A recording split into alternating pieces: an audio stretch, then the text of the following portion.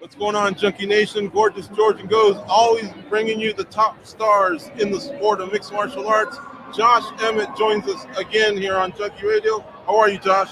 I'm good. How you guys doing? Good. You recovered great, man. You look great. Dude, it's a fight. You know, it's I got this light complexion. You know, I have no hair on my head or my face, so it's like I can't hide this. So it's like I get punched, scar tissue breaks open, I bleed, I swell. After a few days, the swelling goes down. A week later, I get my stitches removed, and yeah, I'm ready to do it again. Guess where I think your next fight should be? What's that?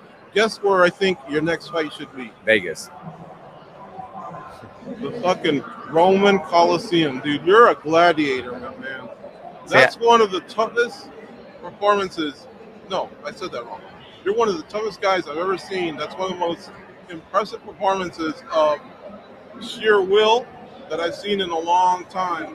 Like, I have a lot of respect for MMA fighters, but you're up there, man, with some of the other great performances I've seen in my lifetime.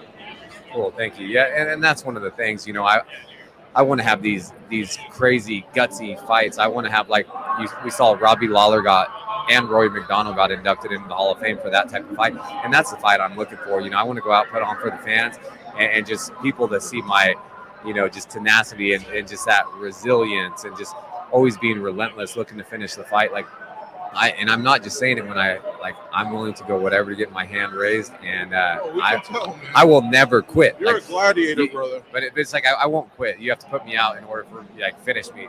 You know, otherwise I'm gonna keep on coming. I wish there was no time limit, actually. Well, that's pretty interesting to say that. So let me tell you something. Your fight, it got a lot of coverage from our site, a lot of conversation. So since we have you, hopefully we can just kind of put the icing on the controversial subjects that came up, which was obviously the end. Like you said, you do welt up, you do cut up because of the tissue, a little more sensitive maybe than other fighters. I don't know. And my thing was this. As I was watching the fight live, I said, you know what? Maybe the corner could stop it. Although I did say, I told my brother, I go, maybe if they tell him, let's see what you give us the first 30 seconds to a minute. Otherwise, we might consider this. And then all of a sudden, you came out like a bat out of hell in round 5. Your ability to recover was amazing. Your ability to capture what your corner was telling you, your focus. I mean, there was so many impressive things right there. But in the end, what would have happened if the corner would have stopped it? Would you have held it against them, or would you have respected their wishes? I would have been pissed. No, my coaches know me great. You know, they know me so well, and especially Joey Rodriguez and.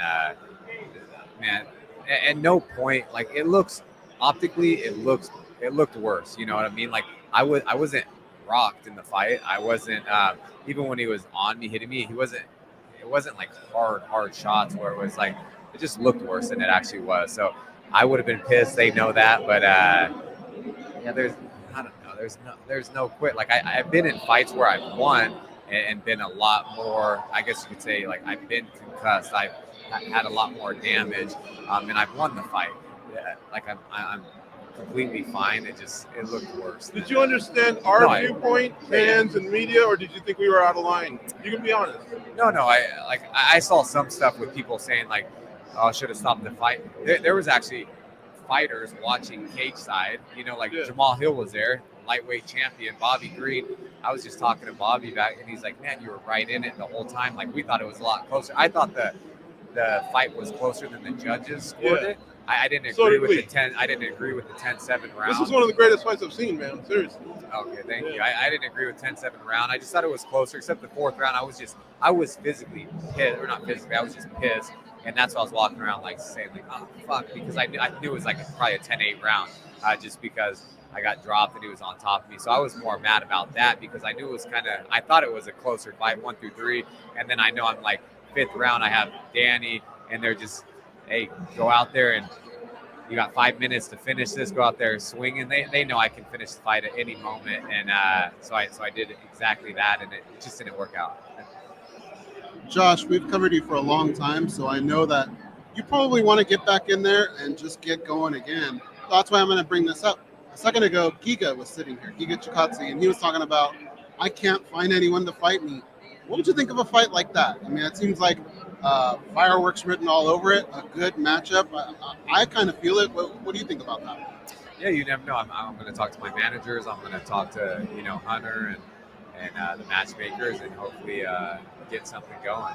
Like I always want to get in there. I want to stay as active as possible. I want to stay consistent. So I fought 11 days ago, but yeah, I would definitely like to get back in there. I want to give a little bit of shine to Danny Castillo, Uriah Faber, Chris Holdsworth.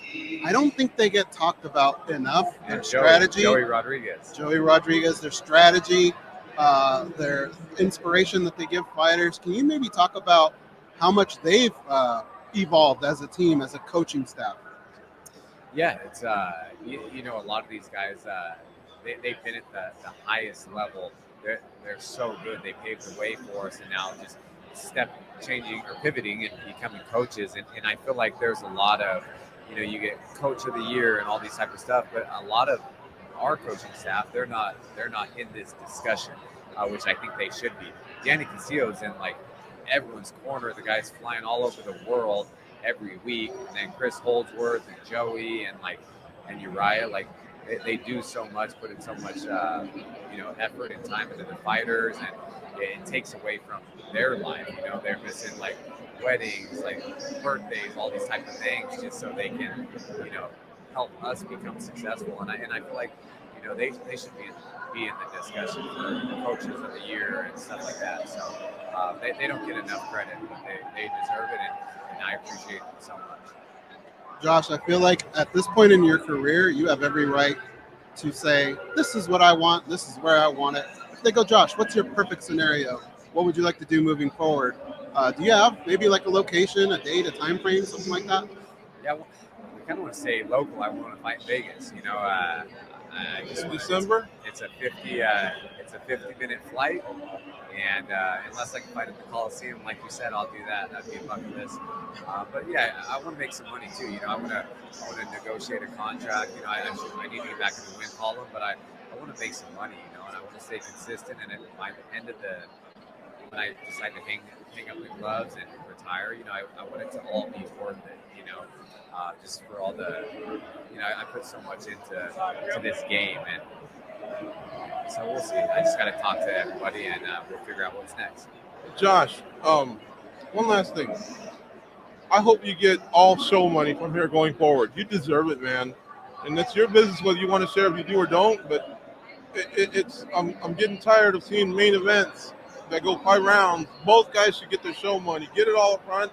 If they have enough confidence in you guys to put you there, then they should have enough confidence to say, well, he's not going to dog it. He's going to give us everything he has, which is exactly what you did, man. I hope you get show money and a lot of money going forward. Thank you. I agree. But yeah, we'll see.